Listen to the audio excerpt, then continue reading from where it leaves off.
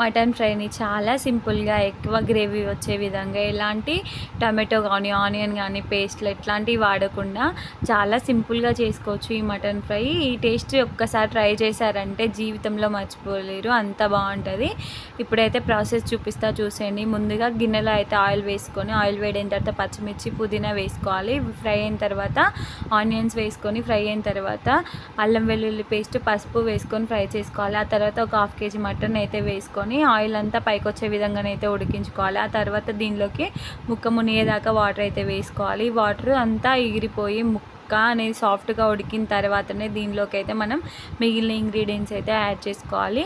ఇట్లా ముక్క ఉడికిన తర్వాత దీనిలోకి కారము అలాగే 1 స్పూన్ దాకా ఉప్పు అయితే వేసుకొని ఒక 2 నిమిషాల పాటు ఉడికించుకోవాలి. ఇట్లా మంచిగా మగ్గిపోయిన తర్వాత మన మసాలా స్పెషల్ మసాలా అయితే వేసుకొని లాస్ట్గా కొత్తిమీర వేసుకుంటే మన టేస్టీ మటన్ ఫ్రై అయితే రెడీ అయిపోతుంది. చాలా సింపుల్.